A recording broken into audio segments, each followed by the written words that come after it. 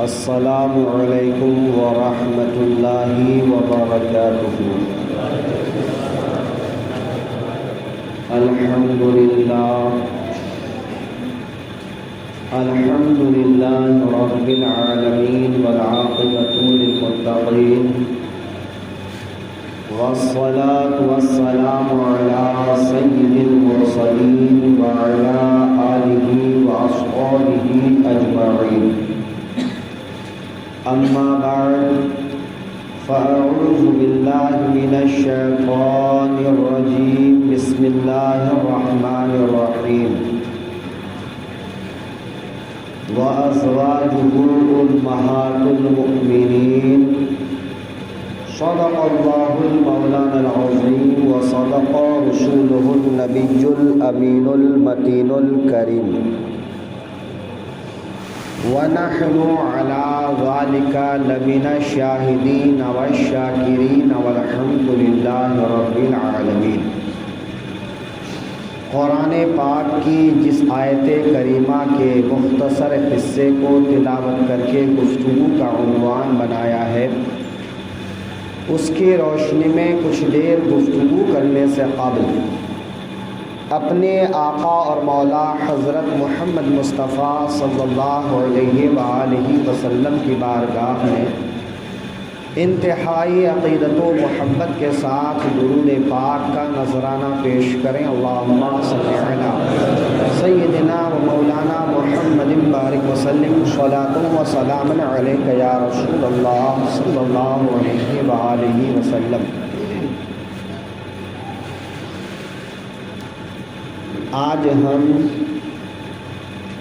اپنے آقا اور مولا حضرت محمد مصطفیٰ صلی اللہ علیہ وسلم کی ازواج امہات المؤمنین اور حضور کی ازدواجی زندگی کے تعلق سے کچھ سمجھنے کی کوشش کریں گے۔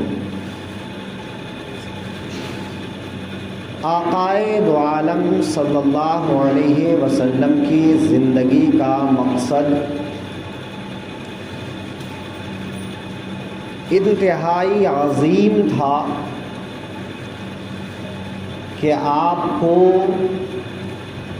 آنے والی امت اور آنے والی نسلوں کے لیے ایک دین، ایک مذہب، ایک شریعت، ایک کتاب اور ایک اچھی زندگی کی تبلیغ اور ارشاد کرنا تھا۔ اللہ نے اپنے حبیب کو کم و بیش 1,00,000 یا 2,24,000 انبیاء میں سب سے اعلیٰ اور افضل پیدا کیا، سب سے آخر میں بھیجا اور سب سے اعلیٰ کتاب، اعلیٰ شریعت اور اعلیٰ امت دے کر بھیجا۔ اس امت کو قیامت تک باقی رہنا ہے۔ اس امت کی بڑی فضیلت ہے۔ ظاہر ہے کہ امت کی اس نگہبانی کے لیے ذمہ داری بھی بڑی تھی۔ یہ ایک بڑا کام تھا اور بڑا کام آدمی اکیلے کے بل بوتے نہیں کرتا ہے، وہ اپنے آس پاس، اپنے ارد گرد ایسے ساتھیوں کو رکھتا ہے، دوستوں کو رکھتا ہے جو ان کا کام آگے تک بڑھانے میں بھرپور ان کی مدد کرے۔ دنیا اسباب کی جگہ ہے۔ اللہ نے اپنے محبوب کو جب اتنا بڑا کام سونپا تو ان کے ساتھی، ان کے محبین، ان کے خدمت گزار بھی اسی طرح سے پیدا کیے۔ ان کے ساتھیوں میں، خدمت گزاروں میں، جہاں ایک طرف عظیم صحابہ کرام ہیں تو خواتین میں عظیم صحابیات بھی ہیں، لیکن سب سے زیادہ اہمیت کی حامل خواتین میں ازواج مطہرات یعنی حضور کی بیویاں ہیں۔ انسان کی زندگی کو ایک مضبوطی کے ساتھ آگے بڑھانے کے لیے ایک مضبوط ہم سفر کی ضرورت ہوتی ہے، تو اللہ رب العزت نے اس کے اسباب بھی پیدا کیے۔ آپ آقائے دو عالم کی زندگی کو دیکھیں، میرے آقا کی زندگی میں ایک ایسا موقع بھی آنا تھا کہ پورا مکہ، پورا عرب، پوری دنیا دشمنی پر اترنی تھی، اختلاف ہونا تھا، انتشار ہونا تھا، مخالفت ہونی تھی۔ ایسے وقت میں ایک مضبوط ہم سفر، مضبوط بیوی، سوجھ بوجھ رکھنے والی بیوی کی ضرورت تھی،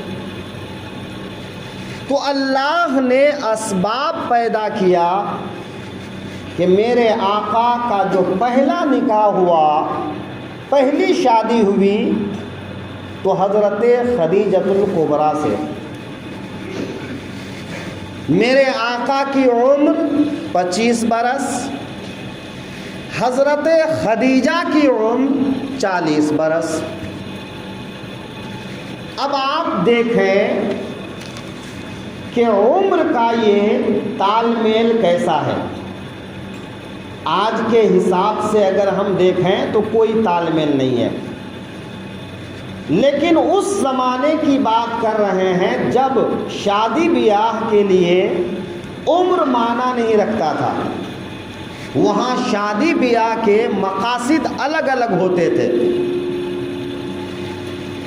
آپ تاریخ کا مطالعہ کریں تو آپ کو معلوم ہوگا کہ جتنے بڑے لوگ ہیں، چاہے وہ بادشاہ ہوں، چاہے وہ راجا مہاراجا ہوں، چاہے وہ مذہبی پیشوا ہوں یا غیر مذہبی ہوں، سیاسی ہوں یا غیر سیاسی ہوں، تو ایسے لوگ کثرت کے ساتھ شادیاں کیے ہیں۔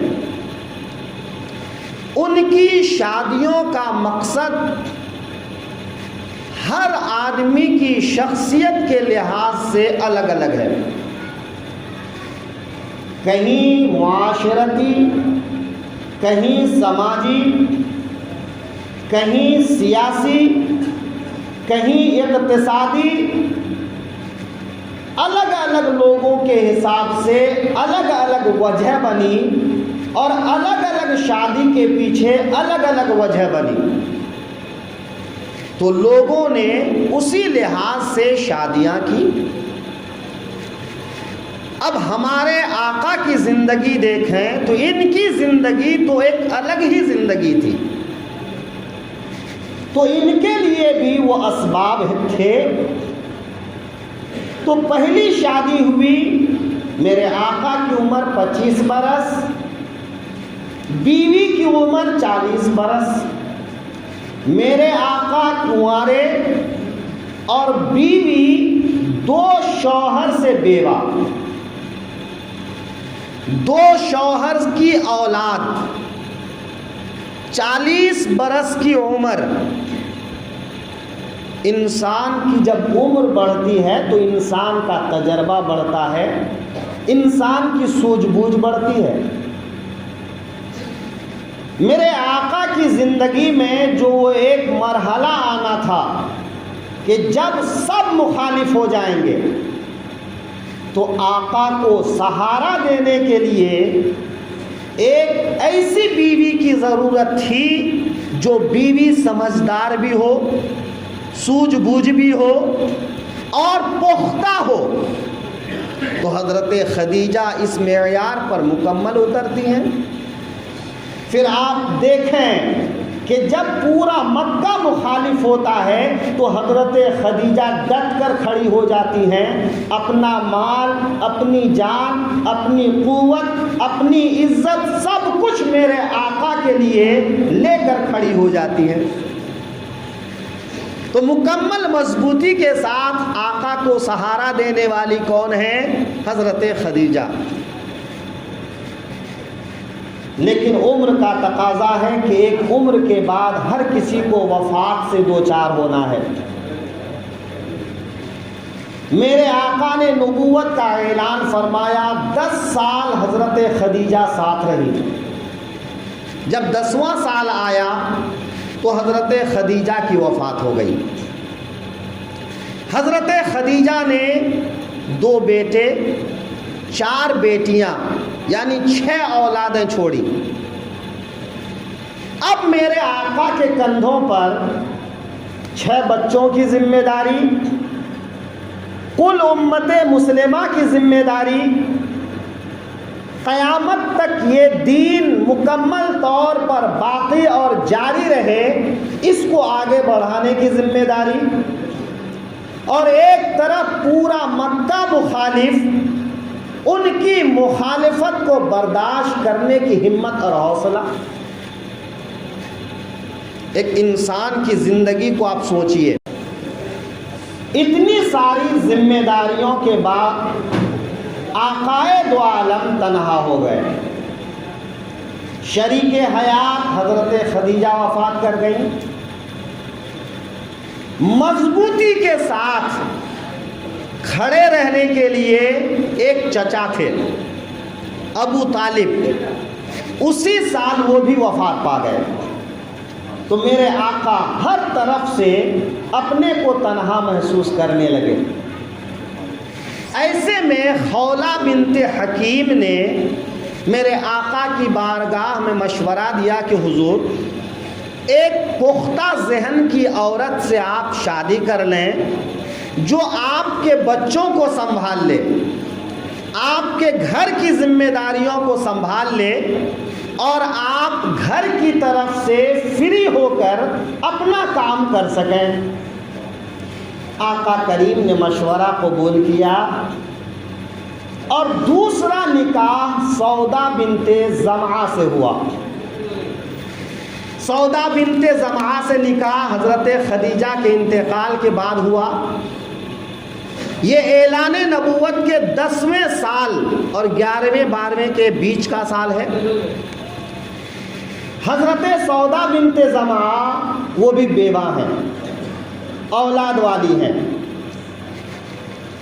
ان کی کل عمر جو ہے 85 سال ہے، اور یہ حضور کے نکاح میں آنے کے بعد تقریباً 15 برس حیات رہتی ہیں۔ تو 85 میں 15 گھٹا دیجئے، کتنا بچتا ہے؟ 70۔ یعنی جب دوسرا نکاح دوسری بیوی سے شادی میرے آقا کی ہوتی ہے تو اس دوسری خاتون کی عمر 60-70 برس، دوسری خاتون کی عمر 60-70 برس، اور میرے آقا کی عمر 50 برس۔ اب دیکھیے کہ ایک 60 برس کی خاتون آقا کریم کی زندگی میں آئیں، آپ ان سے گھریلو ذمہ داری کے علاوہ اور کیا امید کریں گے؟ ان کے آگے حیات رہنے کی کتنی امید کریں گے؟ میرے آقا کی زندگی کا ایک پہلو تو وہ تھا جو تمام صحابہ کے سامنے ظاہر تھا، ایک پہلو وہ تھا جو خاص صحابہ کو آقا بتایا کرتے تھے، لیکن ایک پہلو ایسا تھا جو گھر کے اندر کا تھا۔ ایک گھر کے اندر کی زندگی خانگی زندگی، معاشی زندگی تھی، معاشرتی زندگی تھی۔ میرے آقا زندگی کے ہر مرحلے میں تعلیم اور تربیت کے لیے آئے تھے، تو میرے آقا کی خانگی زندگی کو بھی آگے بڑھانا تھا۔ اس لیے ہم دیکھتے ہیں میرے آقا کیسے سوتے ہیں، ان کا بستر کیسا ہوتا ہے، ان کا کھانا کیسا ہوتا ہے، ان کے رات کے معمولات کیا ہوتے ہیں، احادیث میں ہم کو یہ سب ملتے ہیں۔ تو ایک زندگی جو رات کی اکیلے کی زندگی تھی، اس زندگی کو قیامت تک امت کے سامنے آنا تھا۔ اب وہ زندگی کیسے سامنے آتی؟ دوسری بیوی حضرت سودا کی عمر اس وقت 60-70 کے قریب، تو یہ زندگی آگے تک بڑھانے کے لیے ایک ایسی خاتون کی ضرورت تھی جو خاتون ایسی عمر والی ہوں جو حضور کی زندگی سے تعلیمات لے کر ایک لمبی زندگی امت کے سامنے پیش کر سکے۔ تو تیسرا نکاح میرے آقا کریم کا جو ہوتا ہے وہ ہجرت سے 3 سال پہلے حضرت ابو بکر کی بیٹی حضرت عائشہ صدیقہ سے ہوتا ہے۔ حضرت عائشہ صدیقہ کی زندگی، ان کی عمر ابھی کتنی ہے؟ 6 سال۔ میرے آقا کی زندگی کی عمر کتنی ہے؟ 40 میں میرے آقا نے تبلیغ اسلام شروع فرمائے، 50 کی عمر میں حضرت خدیجہ وفات پائیں، اس کے بعد حضرت سودا سے ہی نکاح ہوا، یعنی حضور قریب 50-55 کے بیچ میں ہیں۔ حضرت عائشہ سے جو نکاح ہوتا ہے وہ 6 برس کی عمر ہے۔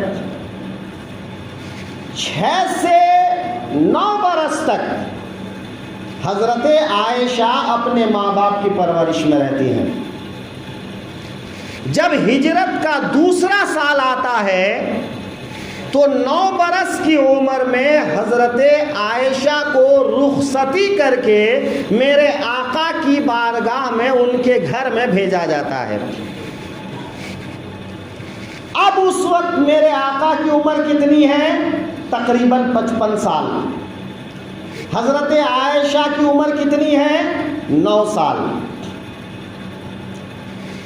اس وقت میرے آقا کی کتنی بیویاں ہیں؟ 2۔ حضرت سودا جو 60-70 کے اوپر ہیں۔